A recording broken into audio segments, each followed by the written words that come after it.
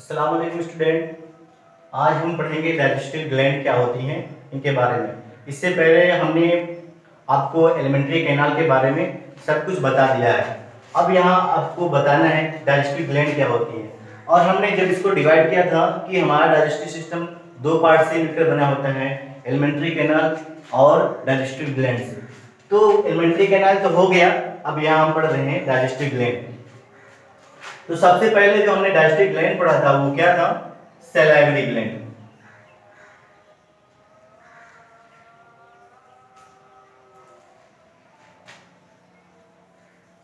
Salivary glands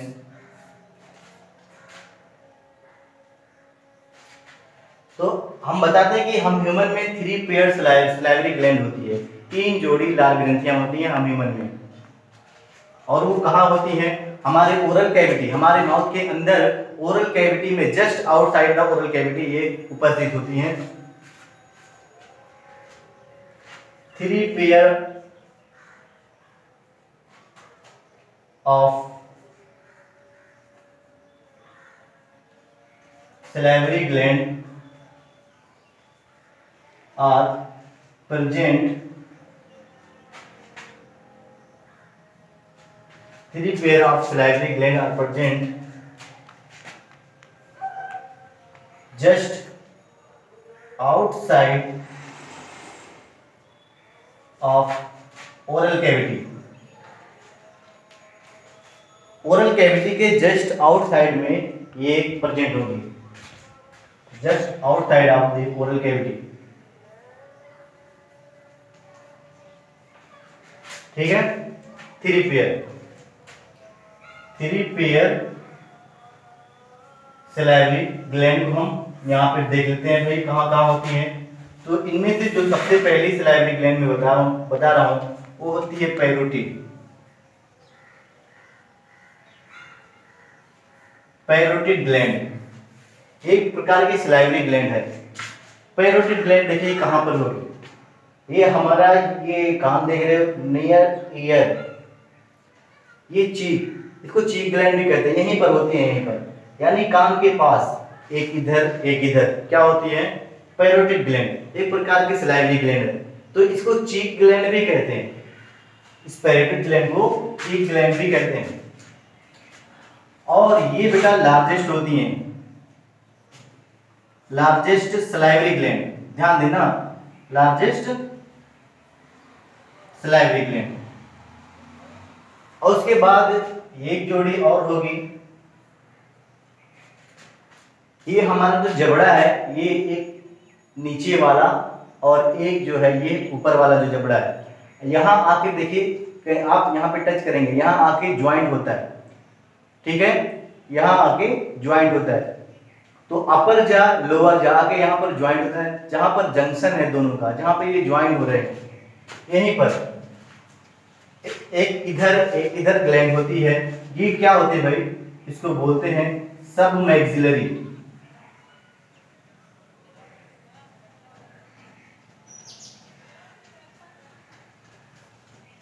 या सब mandibular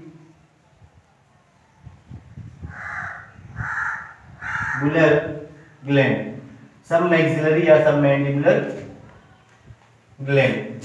parotid gland, सब मैक्सिलरी या सब मैंडिबुलर ग्लैंड, याद रखना, पैरोटिड ग्लैंड और सब मैक्सिलरी। सब मैक्सिलरी क्यों बोला? क्योंकि ये मैक्सिला के भी पास में है। सब मैंडिबुलर क्यों बोला? क्योंकि ये मैंडिबल के भी पास में है। सिर्फ मैक्सिला, सिर्फ मैंडिबल क्यों नहीं बोला? क्योंकि ये दोनों के जंक्शन पर होती है, इसलिए हम सिर्फ मैंडिबल या मैक्सिला नहीं बोल सकते, दोनों की जंक्शन पे होती है, इसलिए दोनों के नाम से ग्लैंड का नाम रख दिया गया, सब मैक्सिलरी या सब मैंडिबुलर, दोनों तरफ, इधर और इधर। इसके ऊपर क्या है? Parotid gland. और ये मीडियम साइज होती है, क्या होती है बेटा? मीडियम साइज, ना बहुत बड़ी ना बहुत छोटी, मीडियम साइज।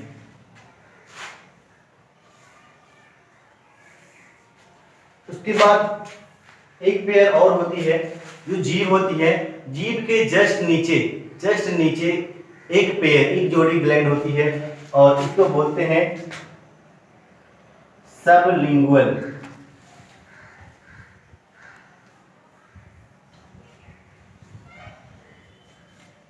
सबलिंगुअल। तो हमने देखा 3 प्रकार की सलाइवरी ग्लैंड हैं जो पेयर में होती हैं, पैरोटिड, सबमैक्सिलरी और सबमैक्सिलरी और सबलिंगुअल। और ये स्मॉलेस्ट होती है बेटा, साइज में सबसे छोटी होती है, स्मॉलेस्ट। आया समझ में?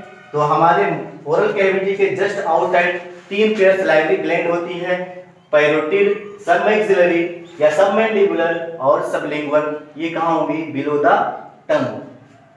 आप इसकी लोकेशन भी लिख सकते हैं।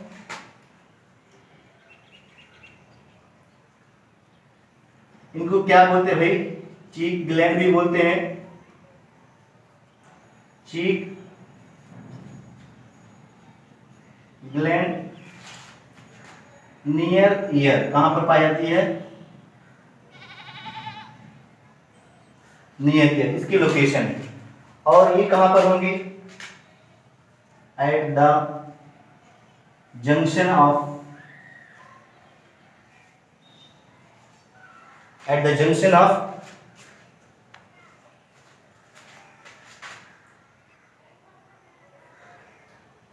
अपर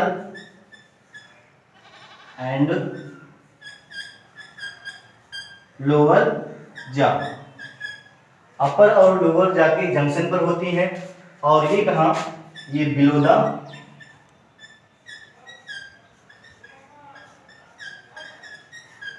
टंग होंगी।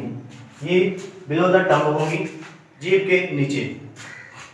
आयतन में देखिए इसकी डक्ट भी होती हैं। इसकी डक्ट आपके एनसीईआरटी में दिया ही नहीं है, ठीक है? इनके नाम तक नहीं दिए, आपके एनसीईआरटी पे सिर्फ लिखा है 3 पेयर सलाइवरी ग्लैंड प्रेजेंट होती है। इन सलाइवरी ग्लैंड से या इन लार ग्रंथियों से क्या निकलता है? सलाइवा। क्या निकलता है?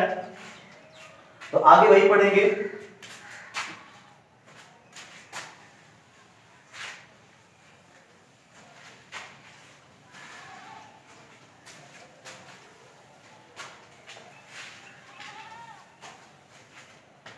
सलाइवा के बारे में पढ़ लेते हैं। सलाइवा क्या होता है?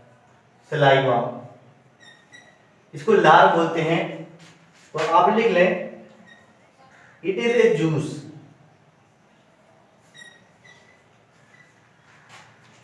secreted by salivary gland।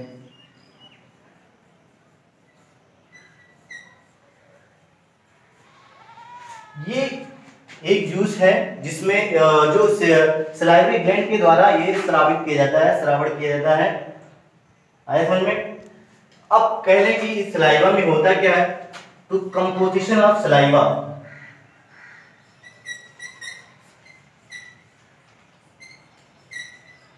ये यानी ये किससे किससे मिलकर बना है, इसके कंपोनेंट क्या है? Composition of saliva. तो देख लेते हैं इसके क्या कंपोजिशन है। तो कह रहे हैं कि सलाइवा जो है 99.5% सलाइवा क्या होता है बेटा? वाटर होता है।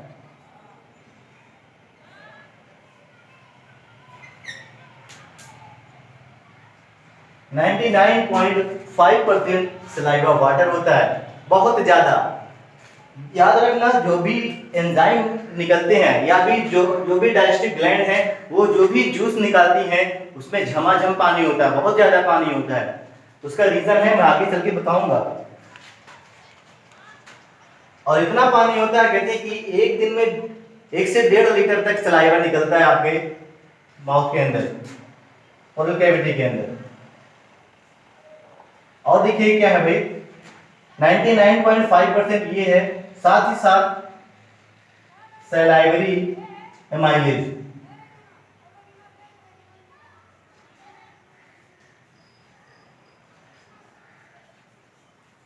सलाइवरी एमाइलेज, और इसी को आप क्या बोलते हो? टाइनिन। सलाइवरी एमाइलेज भी होता है। और स्मॉल अमाउंट में मेनली यही सलाइवा में जो एंजाइम होता है ये यही सलाइवरी एमाइलेज होता है। और सलाइवरी एमाइलेज के बारे में बता दूं, कार्बोहाइड्रेट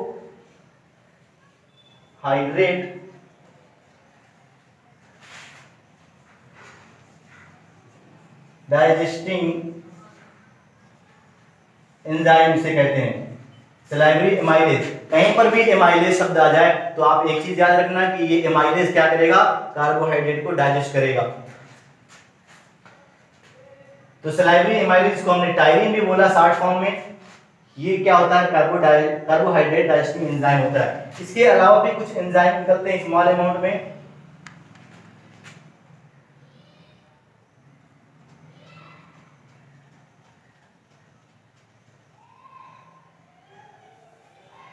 इसके अलावा देखिए और कुछ एंजाइम होते हैं।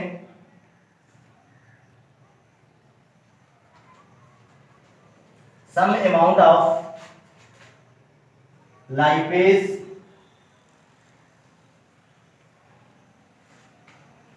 कुछ इसमें लाइपेज भी पाया जाता है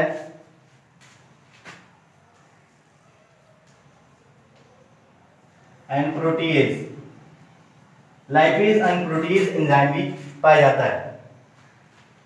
आए उनमें some amount of lipase and protease. आप देख रहे हैं कि सलाइवा में 99.5% सिर्फ वाटर है, 0.5% में ये सारे होंगे और उसमें सबसे ज्यादा क्या है, कार्बोहाइड्रेट डाइजेस्टिंग एंजाइम टायरिन। और फिर देख रहे हैं कि बहुत कम अमाउंट में क्या होते हैं, लाइपेज और प्रोटीएज भी होते हैं। फिर हम बता दें कि और क्या होता है, आल्सो सलाइवा में देखिए also contain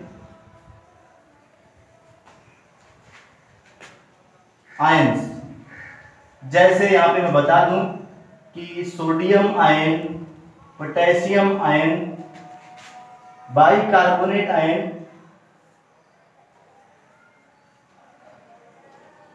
chloride ion, ETC, ये सब आयन पाए जाएंगे आपके सलाइवा में। Also contain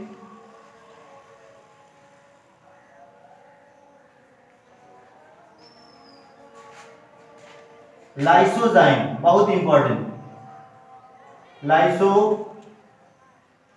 also contain lysozyme. और लाइसोजाइम क्या होता है बेटा, बैक्टीरियोसाइडल। क्या होता है, ये ऐसा एंजाइम है जो बैक्टीरिया की सेल वॉल को डिसॉल्व कर देता है। अगर बैक्टीरिया आपके खाने में थोड़ा बहुत क्या है, कीटाणु यानी बैक्टीरिया है, तो बैक्टीरिया को ये लाइसोजाइम जो आपकी सलाइवा में है उस बैक्टीरिया की सेल वॉल को डिसॉल्व कर देगा, यानी बैक्टीरिया को तहस नहस कर देगा, बस्ट कर देगा। ये कौन करेगा, लाइसोजाइम, बहुत इंपॉर्टेंट। और देखिए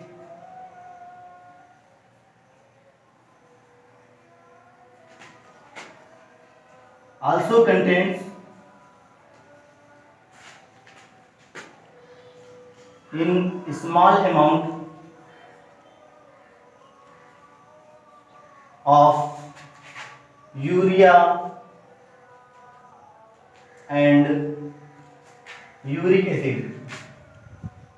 यूरिया और यूरिक एसिड भी आपके सलाइवा में होगा। कभी कभी आप देखिए कि आप ब्रश नहीं करते हैं, ब्रश करना भूल जाते हैं, तो वही यूरिया जो है अमोनिया में बदल जाता है और बदबू आने लगती है मुंह से। ठीक है, तो नाइट्रोजनस वेस्ट भी होते हैं सलाइवा में, यूरिया और यूरिक एसिड, बहुत थोड़ी मात्रा में, बहुत ज्यादा नहीं। नाइट्रोजनस वेस्ट जो यूरिया है वो थ्रू यूरिन बाहर निकलता है, बहुत कम वो सलाइवा में आता है। तो ये आपके सलाइवा में ये सब होते हैं जो सलाइवरी ग्लैंड निकालती हैं। इसमें इंपॉर्टेंट क्या है, यहाँ पर इंपॉर्टेंट टायरिन है और यहाँ पर इंपॉर्टेंट जो है लाइसोजाइम, ये दोनों इंपॉर्टेंट। ठीक है, तो टायरिन क्या करेगा, कार्बोहाइड्रेट को डाइजेस्ट करेगा, और यहाँ पर लाइसोजाइम क्या करेगा, बैक्टीरियोसाइडल होता है। आपके खाने के द्वारा मान लो बैक्टीरिया जाएगा, इतना छोटा होता है कि आपकी नंगी आंखों से दिखाई नहीं देगा, तो अगर पहुंच भी गया आपके शरीर के अंदर तो लाइसोजाइम उसको मार देगा। पीएच कह रहे हैं, पीएच कितना होता है सलाइवा का, पीएच जो होता है वो 6.8 होता है। जल्दी से नोट करो इसको।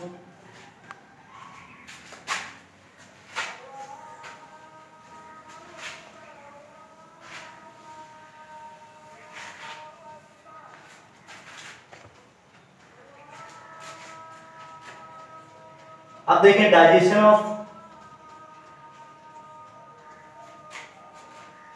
Food in oral cavity.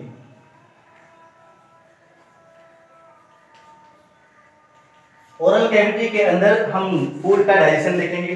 तो जो आप जो खाना खाते हो, भोजन करते हो, उसमें देखिए क्या होता है, carbohydrate, protein, fat, vitamin, minerals, यही सब होते हैं। तो विटामिन मिनरल्स को तो डाइजेस्ट करने की जरूरत ही नहीं है।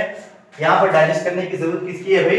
कार्बोहाइड्रेट, प्रोटीन और फैट की लार्ज मॉलिक्यूल होते हैं, इनको तोड़ना बहुत जरूरी होता है। तो उस खाने में जो कार्बोहाइड्रेट होगा वो स्टार्च के रूप में होगा। स्टार्च एक कॉम्प्लेक्स, एक जटिल कार्बोहाइड्रेट होता है। तो ये देखिए स्टार्च इस फूड में है। स्टार्च जो है, स्टार्च पर काम करता है आपका, कभी भी जो हमने बताया, सलाइवरी एमाइलेज। सलाइवरी एमाइलेज और पीएच कितना होता है? पीएच होना चाहिए 6.8। ये स्टार्च को बदल देता है इसमें डाइसैकराइड में।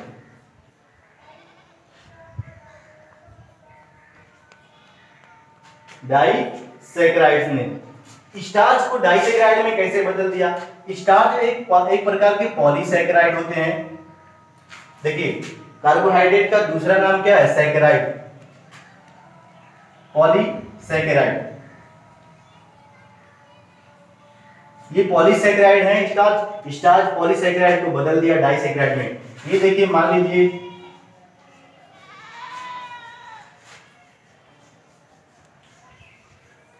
ये क्या है, बहुत सारे मोनोसैकराइड थे जो जुड़ गए हैं बॉन्ड के द्वारा, ग्लाइकोसिडिक बॉन्ड के द्वारा, और पॉलीसैकराइड स्टार्च बना लिए हैं। अब स्टार्च को ये एंजाइम, सलाइवरी एंजाइम क्या करेगा? तोड़ देगा। ये देखिए इसमें बदल दिया डाइसैकराइड में। ये देखिए डाइसैकराइड जिसमें दो मोनोसैकराइड, तो इनको डाइसैकराइड में क्या करेगा? बदल देगा। हमने बताया था कि किसी कॉम्प्लेक्स चीज को सिंपल फॉर्म में बदल देना ही डाइजेशन कहलाता है। तो आप देखिए कि इतनी बड़ी थी, लंबी थी, चैन थी, उसको छोटे छोटे पार्ट में ब्रेक कर दिया तो डाइजेशन नहीं हुआ। तो स्टार्च का डाइजेशन कहां पर होता है? माउथ के अंदर, लेकिन पूरा नहीं हो पाता।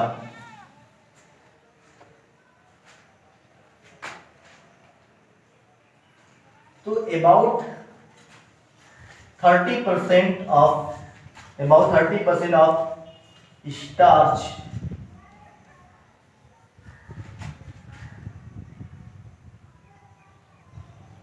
are digested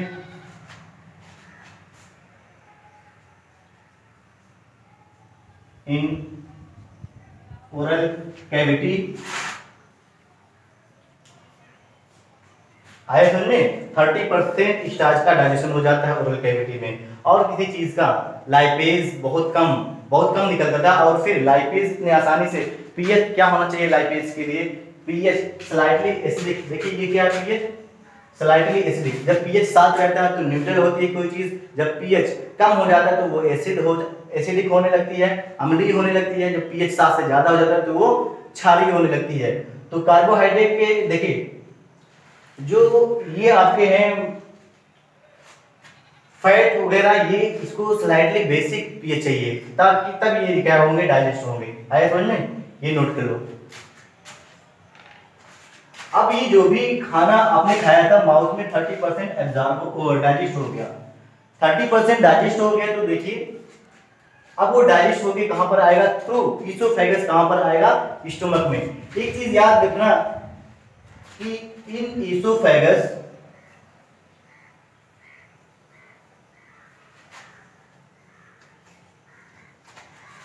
no digestion occur.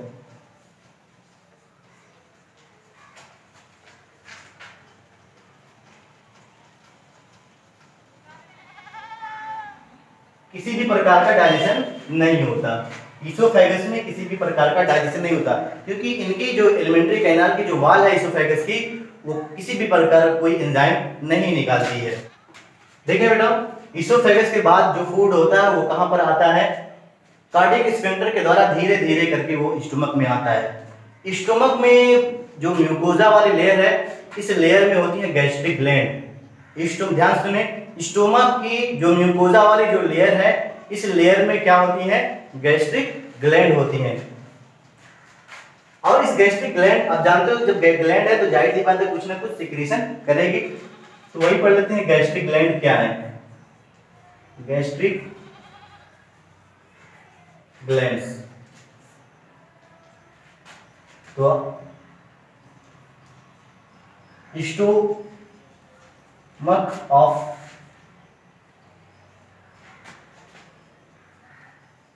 Mucosal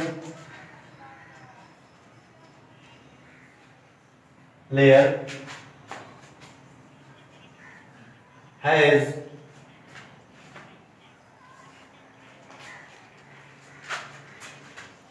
three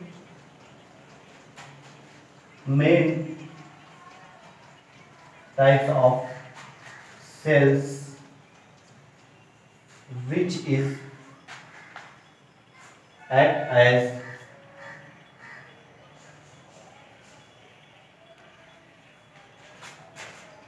gastric gland।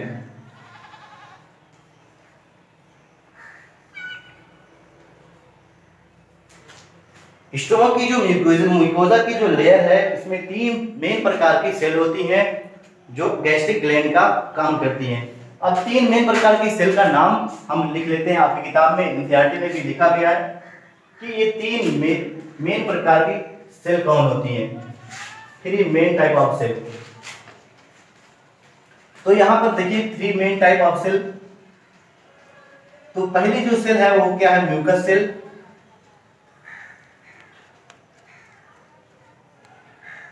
Mucus neck cell या म्यूकस सेल कहो, म्यूकस नेक सेल। इसी का दूसरा नाम है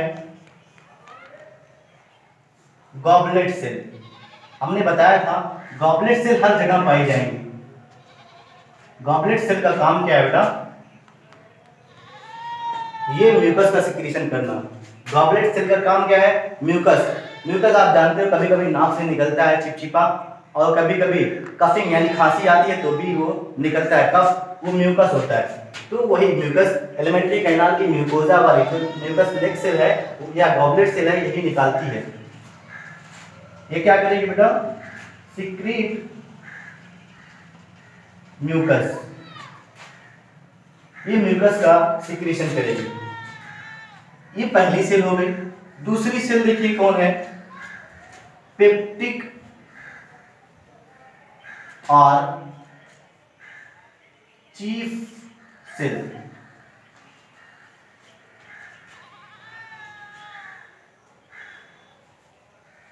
पेप्टिक और चीफ सेल। और ये देखिए क्या करेंगे, ये निकालेंगे एक एंजाइम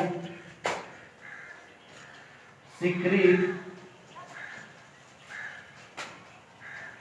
प्रो एंजाइम पेप्सिनोजन। बहुत इंपॉर्टेंट, प्रो एंजाइम पेप्सिनोजन। और देखिए क्या निकालेंगी, secrete pro enzyme pepsinogen, pro renin भी निकालती हैं। Pro rennin,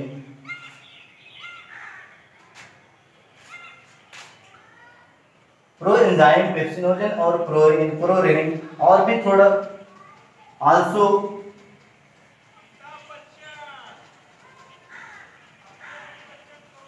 secrete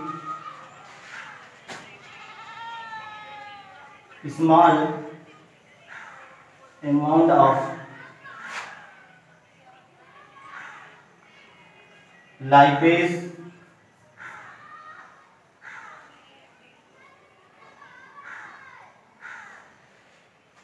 small amount of lipase. तो आप देख रहे हैं कि पेप्टिक या चीफ सेल ये क्या निकाल रही है, प्रो एंजाइम पेप्सिनोजन या प्रो रेनिन। बहुत important, pro enzyme pepsinogen adult human में निकलेगा, प्रो रेनिन कहां पर निकलेगा, चाइल्ड में।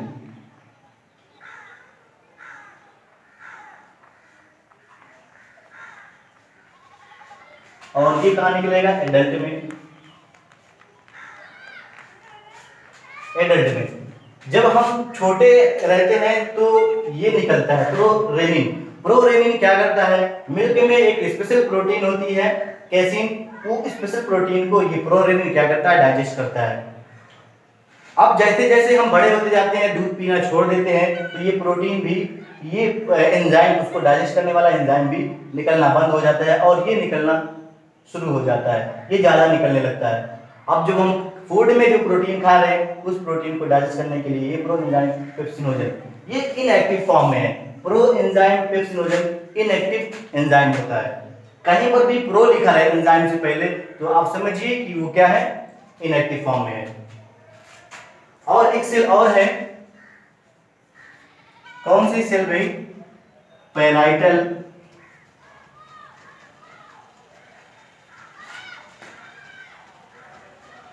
और ऑक्जेंटिक सेल।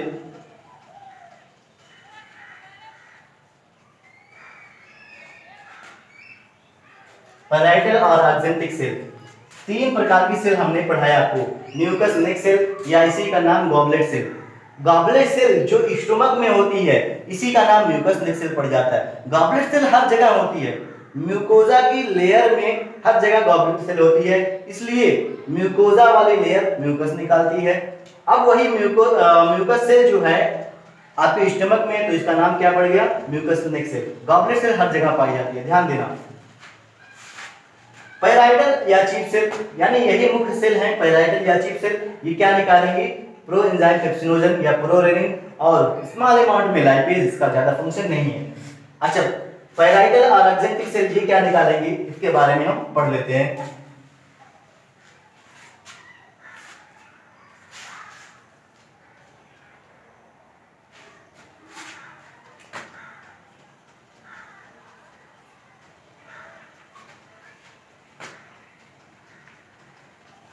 लिक्विड HCl, देख रहे हो क्या है, ये एसिड है, हाइड्रोक्लोरिक अम्ल HCl, secrete HCl and some intrinsic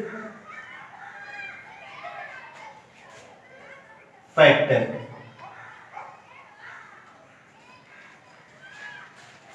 HCl और some intrinsic factor भी निकालते हैं, ये ऑक्जेंटिक सेल निकालते हैं, मेनली ये HCl और कुछ इंट्रिंसिक फैक्टर। इंट्रिंसिक फैक्टर क्या है भाई,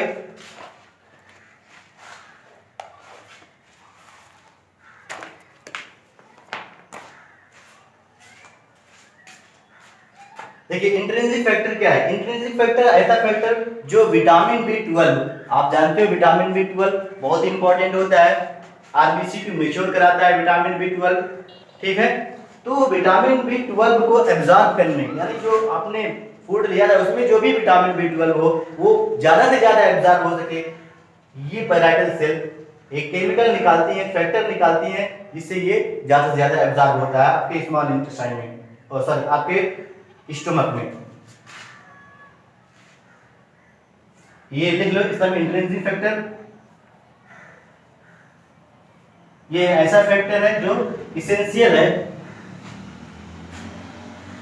essential factor, essential for absorption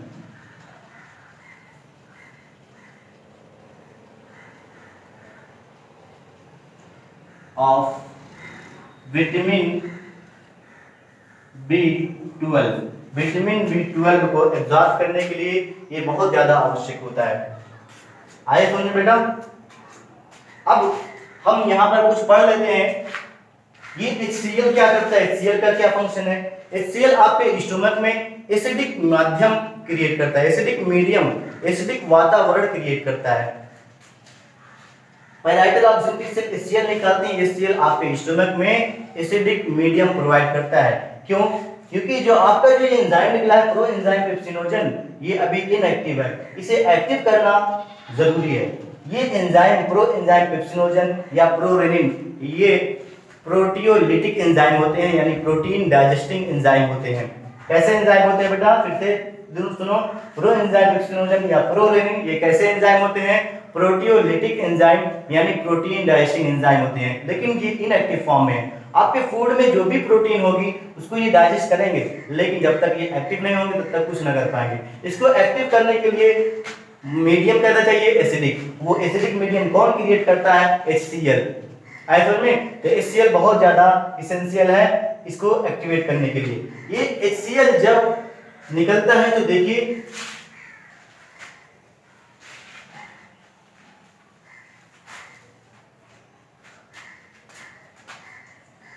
proenzyme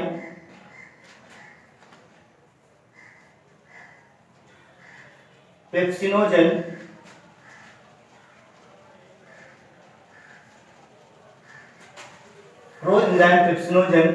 HCl ये क्या कर देता है, पीएच को देखिए कितना गिरा देता है, 1.8। बहुत ही ज्यादा हाईली एसिडिक, इतना ज्यादा एसिडिक कि दिमाग अगर आपके हाथ पे छोड़ दिया जाए, इतने स्ट्रॉन्ग पीएच का अगर कोई एसिड छोड़ दिया जाए आपके हाथ पे तो हाथ जल के एकदम राख हो जाएगा। चेहरे पे डाल दिए तो चेहरा पता नहीं चलेगा।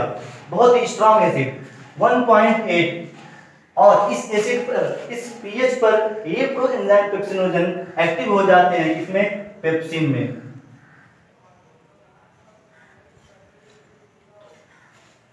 ये क्या है बेटा, एंजाइम प्रोएंजाइम पेप्सिनोजन, ये इनएक्टिव है, ये एक्टिव। अब ये एक्टिव हो गया, जब एक्टिव हो गया तो अब ये काम करेगा। क्या काम करेगा, आपके फूड में जो भी प्रोटीन है आपने जो खाया है, protein it is a complex food substance. Protein क्या बेटा, एक जटिल भोज्य पदार्थ है, इसको तोड़ना बहुत ज्यादा जरूरी अगर आपको एब्जॉर्ब करना है तो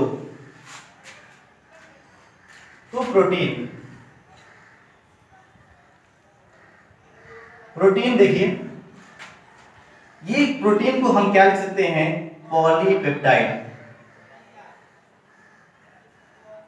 ये क्या होते हैं, प्रोटीन पॉलीपेप्टाइड होते हैं। और इन पॉलीपेप्टाइड को तोड़ने के लिए, प्रोटीन को तोड़ने के लिए कौन सा एंजाइम, पेप्सिन आता है और इनको तोड़ता है। इसमें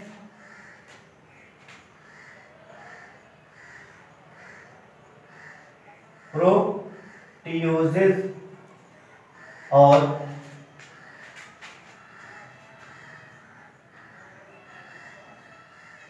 पेप्टोन्स, प्रोटियोजेस और पेप्टोन्स पार्शियली, ये सब क्या है, पार्शियली आंशिक रूप से डाइजेस्ट हुए प्रोटीन है, पार्शियली डाइजेस्टेड प्रोटीन। अभी पूरी तरीके से प्रोटीन डाइजेस्ट नहीं हुई।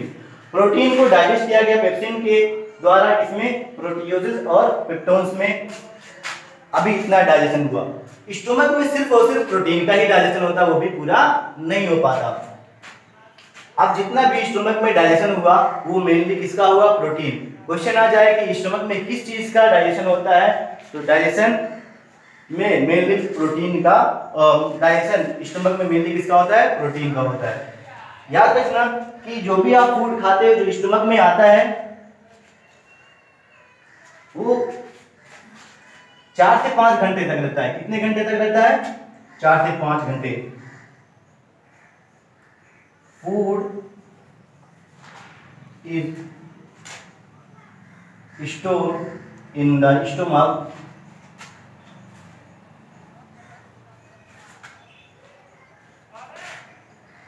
5 to 4 hours। 4 से 5 घंटे तक स्टोमक में खाना जो है वो स्टोर रहता है और इतनी देर तक प्रोटीन का डाइजेशन होता रहता है। स्टोमक की वॉल में एक मूवमेंट होता है। स्टोमक की जो एलिमेंट्री कैनाल है, जो दीवार है, उसमें क्या होता है, एक मूवमेंट होता है जिसको बोलते हैं चर्निंग मूवमेंट। ठीक है,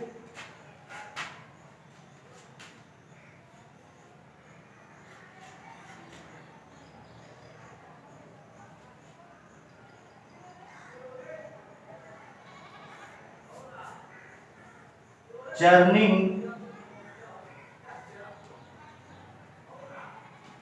मूवमेंट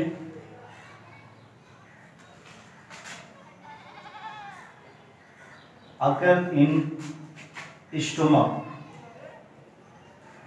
स्टमक में पूछें किस प्रकार का मूवमेंट होता है बेटा, तो चर्निंग मूवमेंट होता है। और जो डाइजेस्टेड फूड होता है अभी पूरी तरीके से डाइजेस्ट नहीं हुआ, जो भी हल्का फुल्का हुआ है, जो भी डाइजेस्टेड फूड होता है जो स्टमक में होता है, उस फूड को क्या बोलते हैं, आधा अधूरा जो डाइजेस्टेड फूड है, digested food in the stomach called chyme. ठीक है बेटा। अब जो पार्शियली डाइजेस्टेड फूड है स्टोमक के अंदर, उसको क्या बोल देते हैं, चाइम। माउथ के अंदर जो आपने डाइजेस्ट किया था फूड, 30% कार्बोहाइड्रेट का डाइजेशन हुआ था माउथ के अंदर और मैकेनिकली भी डाइजेस्ट हुआ था। तो जब फूड सलाइवा, उसमें जब खूब ज्यादा सलाइवा मिल जाता है तो फूड देखिए एक गोले का आकार ले लेता है जब आप उसको निगलते हो, तो उस गोले को बोलते हैं बोलस। अब यहाँ पर स्टमक में जो अनडाइजेस्टेड फूड है उसको क्या बोलते हैं, चाइम। में अब फाइनली स्टमक में इतना ही होता है। इसके अलावा जो भी चीज अभी इसमें क्या बचा हुआ है, न्यूक्लिक एसिड बचा हुआ है, फैट बचा हुआ है, और अभी कार्बोहाइड्रेट पूरी तरीके से नहीं डाइजेस्ट हुआ, प्रोटीन भी पूरी तरीके से डाइजेस्ट नहीं हुआ, वो सब का डाइजेशन हम देखेंगे नेक्स्ट क्लास में कहां पर होता है।